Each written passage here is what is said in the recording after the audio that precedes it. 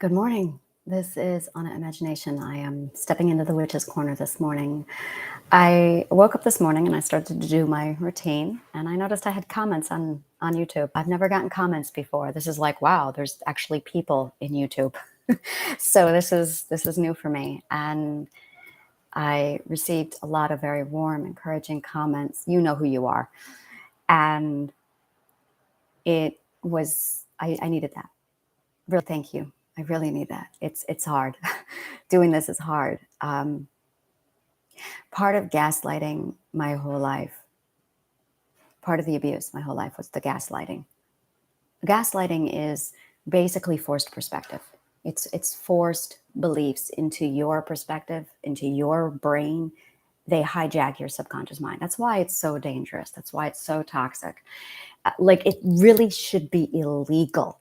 Like, you are fined $500 for attempt of gaslighting. Like, I'm huge on this because it is the most egregious assault. And I've been raped. It wasn't the physical rape. It was the gaslighting he gave me in the middle of it. It was him laughing at me and telling me that my perspective was not what I thought it was. That's what disgusted me. That was really what was hard, because I felt my subconscious mind siding with him.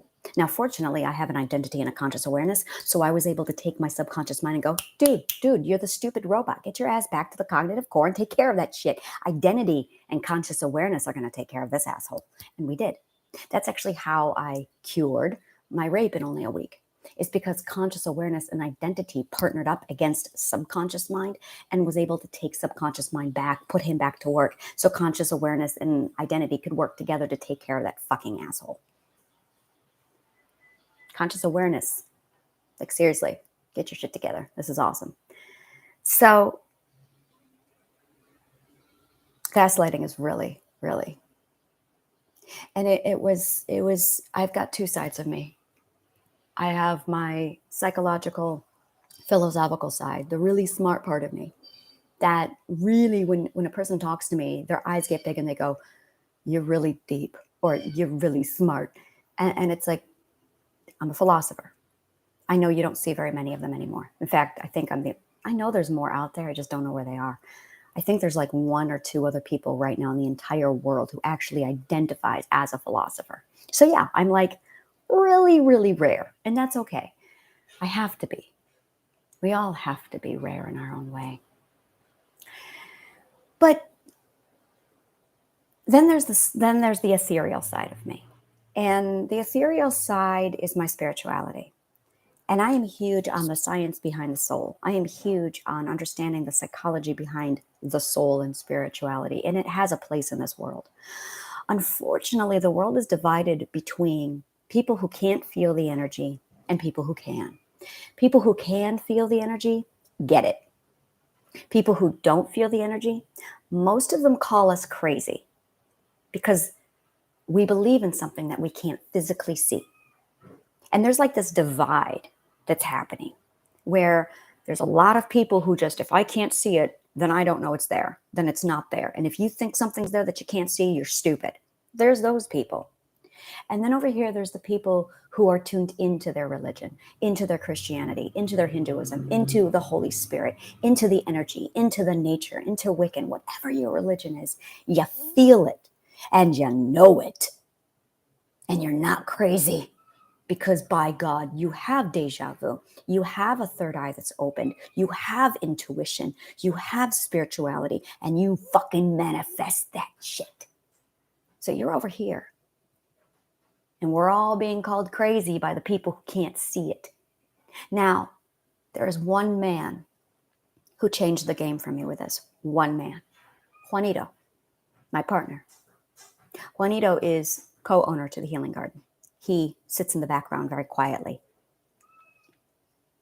Juanito cannot feel it. Actually, he can. He just doesn't know it yet. But he can't feel it. He has no idea. But he's respectful of the people who can feel it. We were at a party once, recently, about 3 months ago. And I finally figured out the energy and I was playing with it. This night I was playing with it. And I walked over to some of my friends and I hugged them and I felt the energy just, when I hug people, it's like sex. There's really no other word for it. When I hug people, it's literally like having sex because it's just this big energy exchange. So I hugged my friend and I just felt the energy exchange. And they were like, wow. And I'm like, yeah, now watch this. And we walked over and I collected people. I collected 5 people. All 5 of us had very strong energy, very good, positive energy. And when we came together, we could feel the energy. And I said, now let's put us all together. And we all 5 came together in this massive group hug and we just exchanged the energy. I plan on actually doing this in real life in about a year. I plan on hosting healing resorts where this is one of the things we do is we just accumulate all of our energy and we just exchange it like a big energy orgy. Oh yeah. My partner stood on the outside watching. And I looked at him afterward and I said, can you feel it? And he goes, I have no idea what any of you guys are talking about. Those were not his words. I'm paraphrasing. He said it like it sounded like that, but he was respectful. He's an anomaly to me. It's why I love him. Is I've never seen somebody who can't feel the energy and who can respect it. And I'm like, you really can't feel it. Now, he's been with me for 2 years. We met in 2021. We're going through a weird stage right now. But so I'm looking at him and I'm flabbergasted that he can't feel this energy. And it's not just me. It's his entire community is like steeped deep into this energy. And he can't feel it. He is just mute to it. Now, I'm going to say again, he's not mute to it. He's actually very tuned into it. He's hypersensitive. It hurt him so much that he completely shut down and dissociated and rejects it now. But he's very tuned into it. But he doesn't know he is. He's also very logical, has a couple very fancy schmancy degrees from an Ivy League school. Like his brain is very prestigious, but he's very humble. So again, another reason why I love him. His brain is very prestigious, but he's very humble. Yeah, it's all a reminder why I love him and why it's like, no, yeah, it's such a rare combination of such a rare cocktail of humility, intelligence. It's beautiful. Like he's got this balance figured out. It's like everyone needs to figure this balance out because really intelligent, really humble, really open-minded, very respectful, very, very supportive. He's a Libra there. He's a Libra. He's a Cancer and a Libra, people. There, figure it out. So yeah, he's Cancer, Cancer, Libra. I am Taurus, Taurus, Leo. Oh yeah, do the math. It's great. Okay, so yeah, oh my God, and I'm in the witch's corner, so I can talk to you about astrology and I don't have to worry about sounding like a. But that's it. That's it. Is there's this war, there's gender wars. And there's energy wars. The energy exists. No, it doesn't. You're crazy. And that's it. There's wars going on. There's political wars. There's social wars. I hate social wars. I hate them. Social wars are a distraction. The gender war, that's men over here and women are over here. No, people, you're getting distracted. We got to go bigger. You want to get up there in the 5th dimension? Abandon the gender wars. Gentle mercy. There's a lot of men who are abused by the patriarchy. My son is one of them. My son is a living example of what the patriarchy does to men. My son reminds me every goddamn day that men are victimized by the patriarchy just as much as women. Gentle mercy. Just because a man is a man does not mean that he was an aggressor. In a lot of cases, it means that he was just as viciously abused. So, we're going to go over this. The gender war really needs to be abandoned. The social war of the energy. People who are empaths who can feel it. People who can't feel it. Narcissists cannot feel it. Abusers can't feel this. Because to feel this, you have to be humble. To feel this, you have to be willing to give up control. Narcissists run on 2 things: avoid humility and embrace control. They are the exact formula of the thing that they can't have. They can't do it. It's why most narcissists are not empaths. It's because they cannot access the energy. That's really what we're fighting about, is the energy. People can feel energy, people who can't. There are people in between. There's always people in between. I like to talk in extremes in this case because I'm all the way over here. I am like 100%. I am like, here's the line and I'm here. I have to look over the line to look out there. And then there's the spectrum. I'm on the other side of the spectrum going, yeah, I am so deep into the energy that I am on the other side of the spectrum. And my brother and my mom and my dad cannot feel it. So they abused me horribly. They gaslit me. They called me crazy. They called me, well, they pretty much said that I had my head in my clouds, that I wasn't down to earth. I'm a Taurus. I'm down to earth. My science, my psychology, and my philosophy proves I am down to fucking earth. And that's the dichotomy. I love that word. I'm going to look it up just to make sure I'm using it right. One of my problems is because I did not go to school, I hear words in literature. I see them and I read them in silence in my mind. So I don't know how to pronounce words a lot of times. A division or contrast between two things that are or are represented as being opposed or entirely different. Dichotomy. Let's talk about dichotomy, because that's really the problem here. Oh, this is such a good word. I'm so glad I stumbled upon this word this morning. I'm going to write this one down. Dichotomy.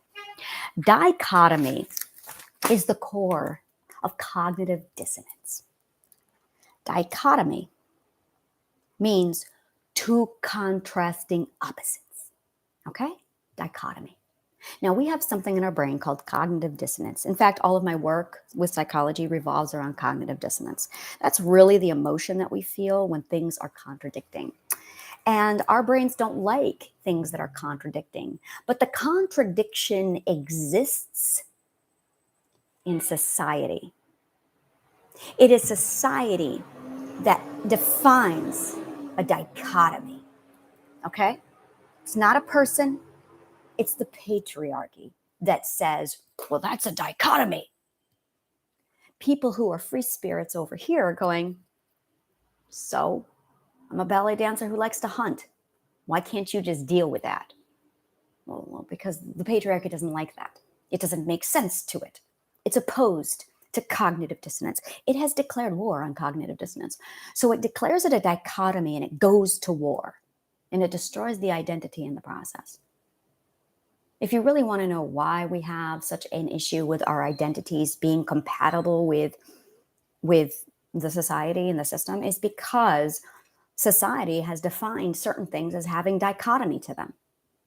So the patriarchy has declared war on dichotomy. That's it. That's really what this is about. And dichotomy exists all the time within an identity. And that's not okay for the patriarchy because it can't figure that out. It's just going, no, it doesn't make sense. Things have to align. It's not the right kind of alignment you're looking for. You want to align with the frequency and the energy. Leave my identity alone. But the society is stupid. It really is. So it obsesses over dichotomy. And anytime there's that contradiction, it throws it away. So my biggest dichotomy is that I'm really fucking smart with psychology and philosophy. And I'm really spiritual and am like this deep, I would call that nose deep into astrology. And I'm not a witchcraft. I don't do witchcraft. I really don't like witchcraft. It is not for me. I call myself a witch, but I am not into the craft at all. I'm an ethereal walker. That's how I identify. Let's go over my labels. My names. Let's go over my names. A name aligns with the frequency. A label does not. That's the difference between a label and a name. A name aligns with the frequency. A label is usually given to you by a third person who wants to stereotype you or stereocast you or typecast you. Figure out the word because I can't right now. Anyway,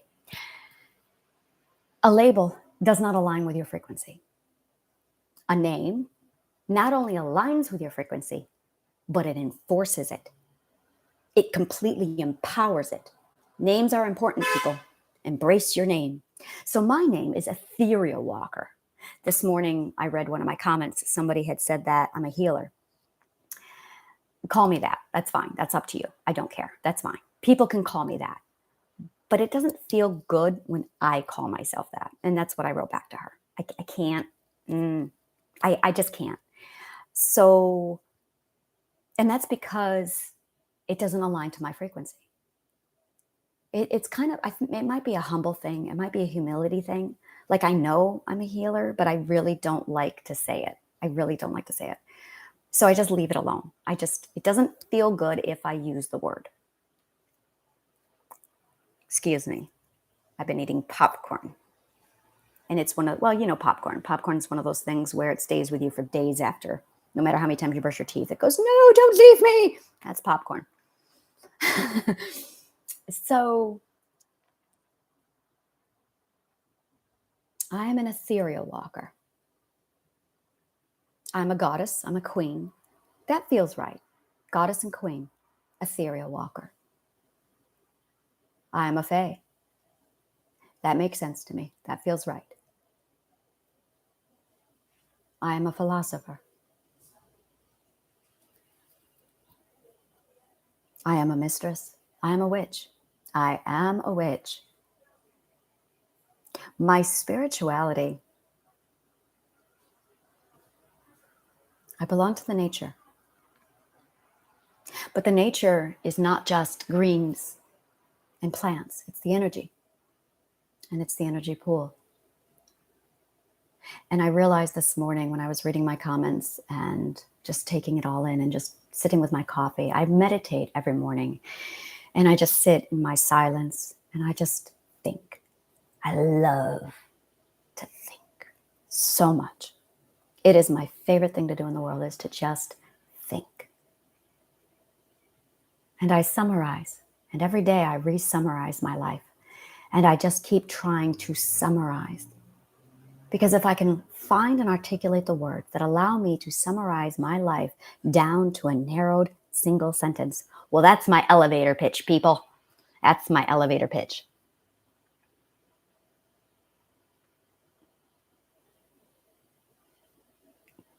I do this a lot where I'll be talking.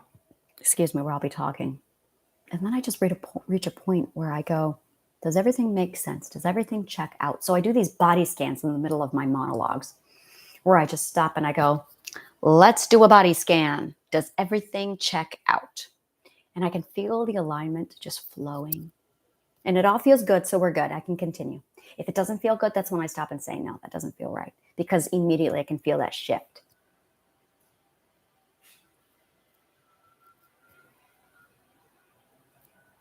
I'm here now. And that's really what I wanted to say to you, is that I'm here now. And I have two sides to me. I have my science and my philosophy and my psychology. And I have my spirituality. And there's going to be there is a lot of people out there who look at that and go, wow, that's a dichotomy. Oh my God. My partner calls us the Kermit the Frog. When I do that, it's the Kermit the Frog. But yeah, they don't like the dichotomy. They don't like the dichotomy. And I realized this morning that I'm okay with it. See where I'm going with this? I'm okay with it. So why do I give a shit if they're not okay with it? Yeah, it's a dichotomy. Yes, I am that fucking smart and I am that steeped into my chakra stones. Yeah. And they are looking at me going, but that's not logical. You're so logical here. Why aren't you being logical here? Because it is logical. It's highly logical to be into chakra stones. There is a solid logic to it. I am so fucking logical with my chakra stones and my witch side that there's going to be a few people who cannot deny its existence because I can logically prove it. Because science is now getting to that point where they're going to logically prove it. We are reaching that point finally where the science is starting to catch up with astrology. And they're going, oh shit, maybe that is legit. You want to know who decided that we shouldn't have astrology, that it wasn't legit? You want to know who decided that? People from the 17th century. Not exactly the sharpest crayons in the box, you know? They're the ones who went, this isn't legit science. Let's throw this out. Should we revisit Candide? The aristocracy was not exactly smart. And they're the ones who made the decisions. They're the ones who said, astrology is crap. Let's throw it away. And when they did that, they also threw away philosophy. Like, these people are not smart. So we're all running around going, astrology is crap because people in the 17th century said so. Really? Really? Really? Have you studied the psychology of those people? It's embarrassing. It's embarrassing. I've studied it. It's embarrassing. Yeah, and that's where I was. That's where it all just kind of hit me, is our society is built off of our past. But if you don't know what our past looks like, you're going to look at society and go, what the hell is wrong with everyone today? What's going on? But when you study 2,000 years of society and how society is designed and built together, you start to see where it all went wrong. Very easily, very clearly, you can see where it all went wrong. You can see how Rome stepped in, put their little dirty hand in it. I love you, Rome.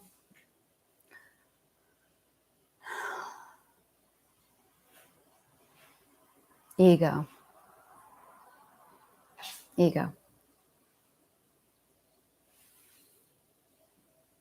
I have a section where I do my research, where I don't know, like sex. Sex is going to be fun.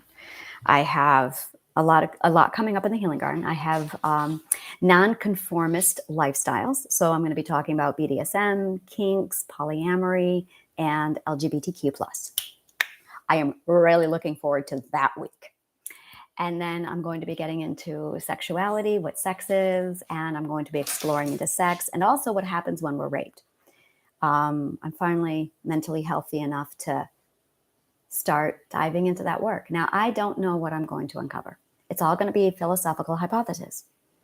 And I'm going to talk, and I'm going to do exploratory dialogue in podcast form, where I just ramble on for 20 minutes to an hour, thinking until it feels right. And I'm going to talk until my intuition guides me logically through the argument and I settle on a point. And then I'm going to take all of my logic and I'm going to put it through my checks and balances system that's completely hardwired into my system. And it's going to check out, because if it doesn't check out, it's going to hurt me. So I'm going to find the answer. And it's going to feel good when I do.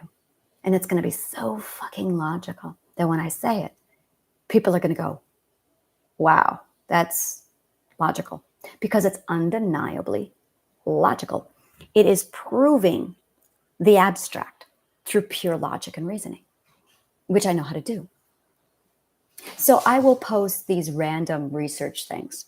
And I don't look for input from other people because, well, I don't need other people. Because I have Shakespeare, because I have Tesla that I read, because I have Einstein that I read, because I have philosophers who I read, and Ayn Rand, thinkers of the world. I have Miguel de Cervantes, and I have the concept in the mind of Don Quixote, and I have Alice in Wonderland. So when you have those kind of thinkers guiding you through, and then this troll from the 21st century comes along and, I don't believe you, I disagree. I'm looking at it going, are you a jackass calling the grass blue again? I don't waste my time with jackasses. That's why I don't really answer people who negate me. If I'm wrong, oh, I know I'm wrong. I don't need other people to tell me I'm wrong. I know when I'm wrong. Because as soon as I say something and it doesn't feel good, I know I'm wrong. Because I have this gorgeous logical system just hardwired into my subconscious mind. My logic is subconscious. Compliments of a rapist for 5 years. Absolutely hardwired into me. So, and then afterwards, I run it by like 20 different people, literally. Hey, I have an idea. I want to talk to you about this. And I'll run it by them and I'll listen to them and then I'll debate it. But I'm choosing the people because I want to make sure that the people I'm talking to are logical. I want to know that they're intelligent and they have the ability to actually enter into deep philosophical debate, not just some troll trolling the forums. So there's a lot of people I do not answer to. I also can recognize the subconscious mind when it stands up and roars stupidly like it does. Everyone's subconscious mind is so stupid. So I'll be looking through some of my comments and I will see the subconscious minds screaming out. And I'm going, oh God, another subconscious mind. I don't talk to subconscious minds. Never. I refuse to talk to a subconscious mind. That is like my one solid rule. I do not talk to subconscious minds. I talk to identities only. So if you're going to talk to me, you had better be bringing your identity to the table because I do not negotiate with a subconscious mind. The subconscious mind needs to be silent, needs to shut up, and needs to run the cognitive core. The subconscious mind has no fucking business opening its goddamn mouth because when it does, it's only regurgitating fear and control. I have no tolerance for that garbage. When you talk to a subconscious mind, you are talking to the abuser. And I don't talk to them. I talk to identities because they talk to me about dreams and wishes and wants and love. And that's what I want. So when you talk to me with your identity, oh yeah, I'm all over that. And I know when I'm talking to an identity. But when I have subconscious minds sitting there spewing their fear control opinions on my feeds, and I'm looking at them going, more jackasses calling the grass blue. I don't talk to that. So after I get done with my research, I then turn around and I take that information and I put it over to that's when I take it to Shifting Perspectives. That's when it's gone through my trial and error. That's when it's gone through my checks and balances. That's when it logically checks out. So exploratory dialogue is my research department.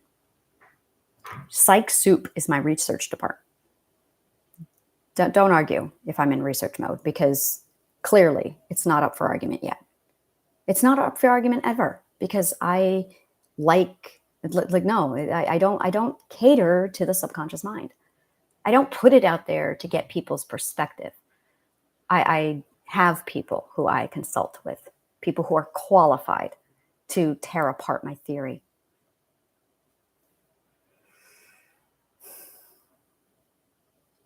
So I step into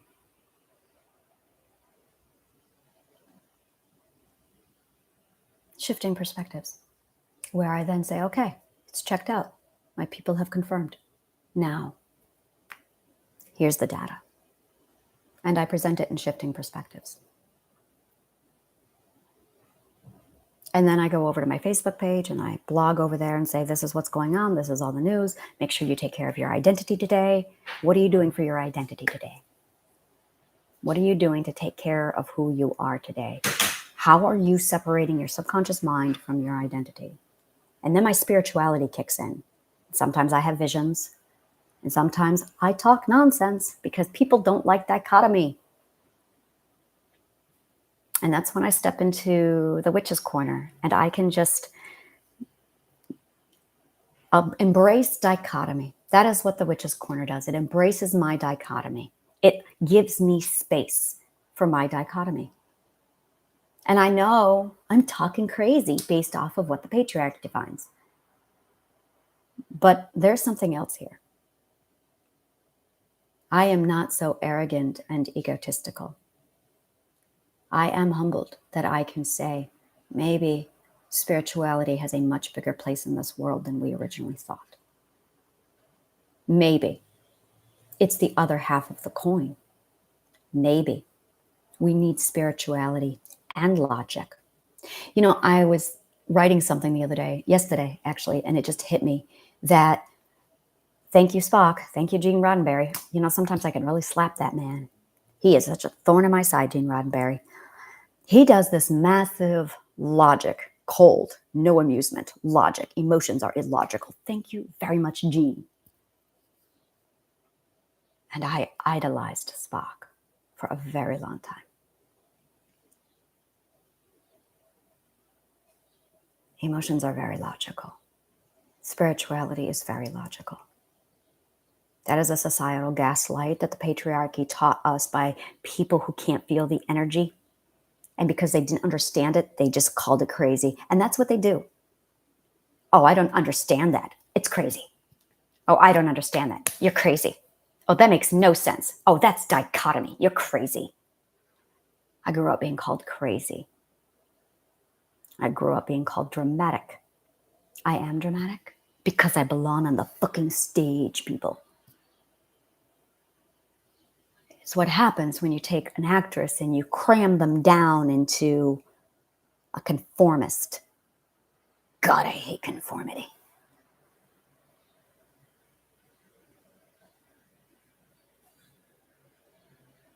And this is all just me, pursuit of myself.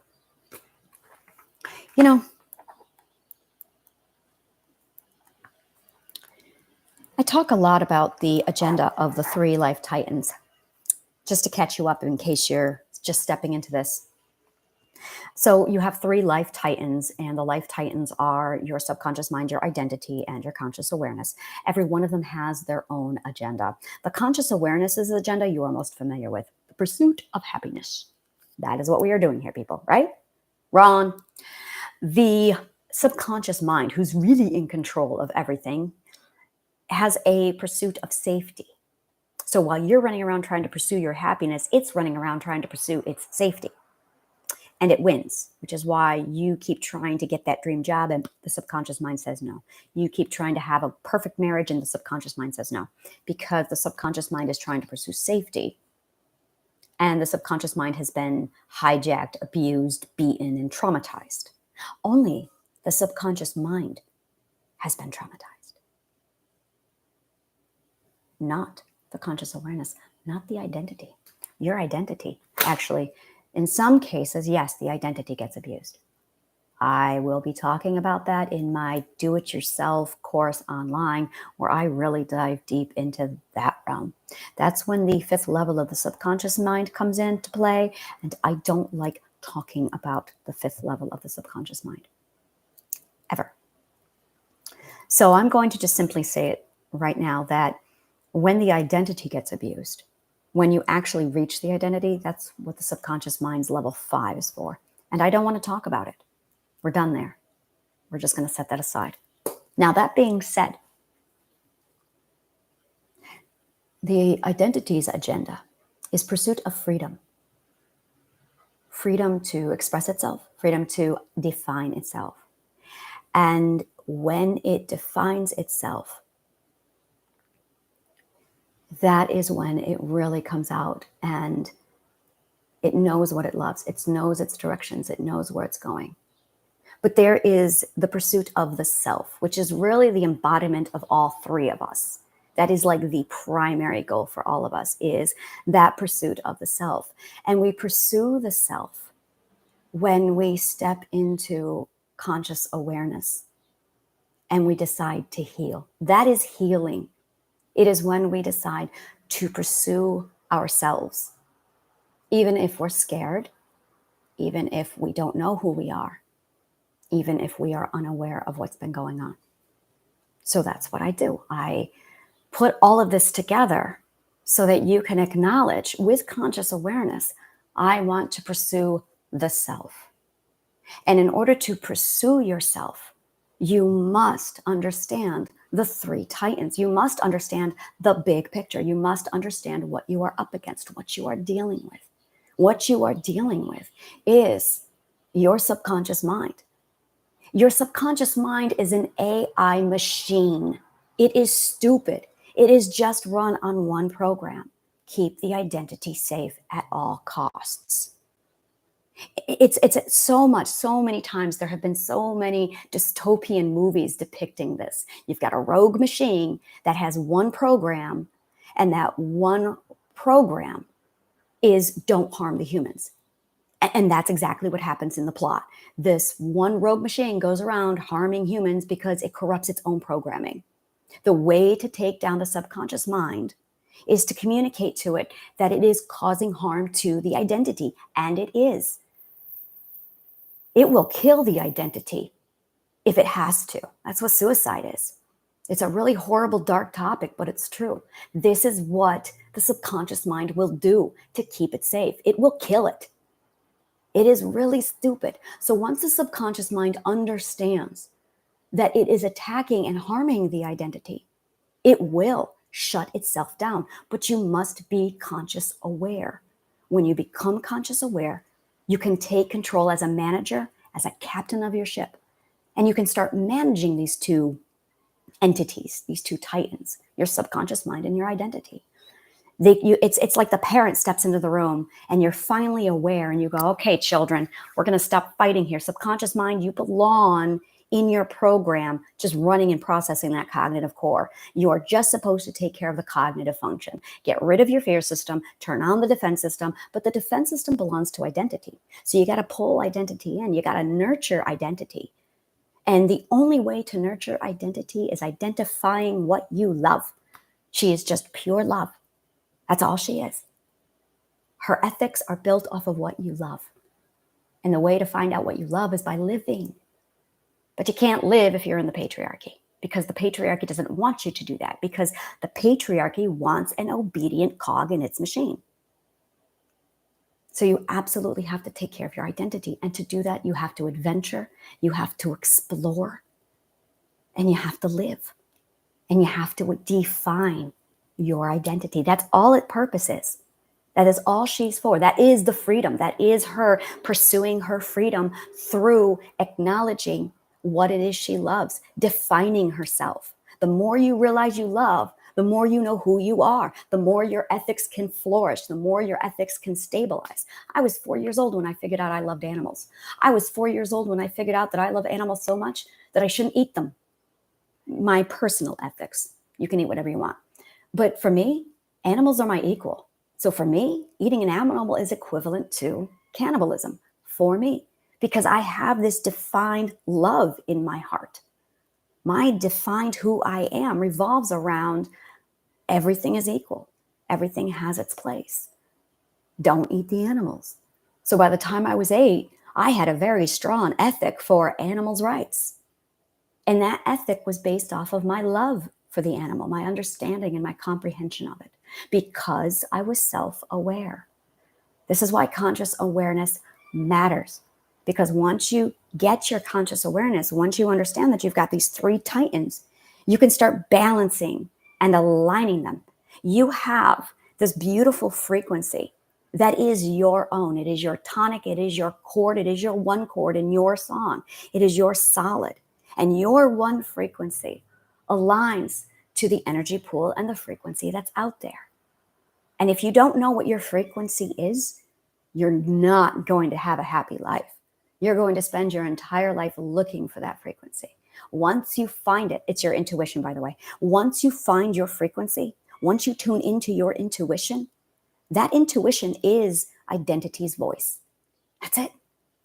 Once you learn how to tune into identity's voice, you become solid. You become stable. You listen to your intuition, not your emotions. Your emotions come from the cognitive core that are produced off of your cognitive alignment from your subconscious mind. I talk a lot about those in my course, and I can break those down for you. But really, the answer, all of it, is right in the intuition and what you love. And when you follow your whim, when you throw yourself into that intuition, you are stepping into the vortex. But you have to be able and willing to abandon everything else of the subconscious mind. You have to believe, you have to have the subconscious mind safety system turned down. The subconscious mind is supposed to be nothing more than a process of your beliefs to get your perspective. But if you are traumatized, if you're in danger, if you're not being plugged in true to yourself, that subconscious mind is going to go rogue. It's going to turn on the fear system. It's going to turn on a red alert, and it's going to start plopping mental illnesses inside of the cognitive core to shape your behavior, to get you to do what it wants you to do, motivator emotions, to keep you safe. And suddenly you have this rogue machine running your entire system. I'm going to say it a million times over. According to the CDC and NIM, 95% of your choices are made by the subconscious mind. When it's rogue, you can turn it off. So that when you start raising your conscious awareness and you start understanding how the three titans play in with each other, and that your identity is the one who needs to be in charge with her defense systems, then you can turn down that subconscious mind. Your mental illnesses will literally remove themselves because they're not logical, because they're not needed, because you have your defense system, you have your identity, and you are consciously aware. Now you are a player in your life.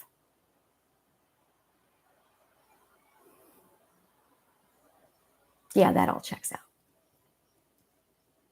So this is a pursuit for the self. That is what healing is. That's what living is about. That's what life is about. I'll be getting into manifestation later. Manifestation is so much fun. That's when you get into tuning into your intuition so solid that you enter the knowing, the belonging, and the authority, the last stage of healing. It isn't really a stage of healing so much as it's a state of being. The knowing is when you know who you are so completely that you don't doubt it. It is the state of being 100% completely without self-doubt. That is the knowing. Then you can manifest because you know what you really are. The belonging is knowing where you belong. You know your home. And the authority belongs to your conscious awareness. Your authority is when your conscious awareness knows that it is in control and it is aware. It knows beyond a shadow of a doubt that it can manage everything. That is the authority. That the conscious mind can step in and say to the subconscious mind, you are a rogue little child and you're going to shut up in the corner and sit down and do the processing because this has nothing to do with you. That is not what you are for. You're going to do your job and identity is going to do her job and I'm going to do my job. That's the authority. So when you finish your healing, you step into this state of being where you are the knowing, the belonging, and the authority. Now you can manifest. That's living outside of the patriarchy. That's happiness. That's freedom. That's when identity can come out and explore and be happy. But you got to get that subconscious mind in control. You got to turn that off. I'm doing an interview today live on Facebook at 11 o'clock. I have been invited to talk about imposter syndrome and the healing garden. So I will be explaining how business, and literally it's really business oriented, and how imposter syndrome comes out of when we dabble in business, what exactly it is, and how to completely annihilate that with the triadic healing program that I have. If more information is available on my Facebook page, I always have those links down below. So go ahead and join the Facebook group, subscribe to my newsletter.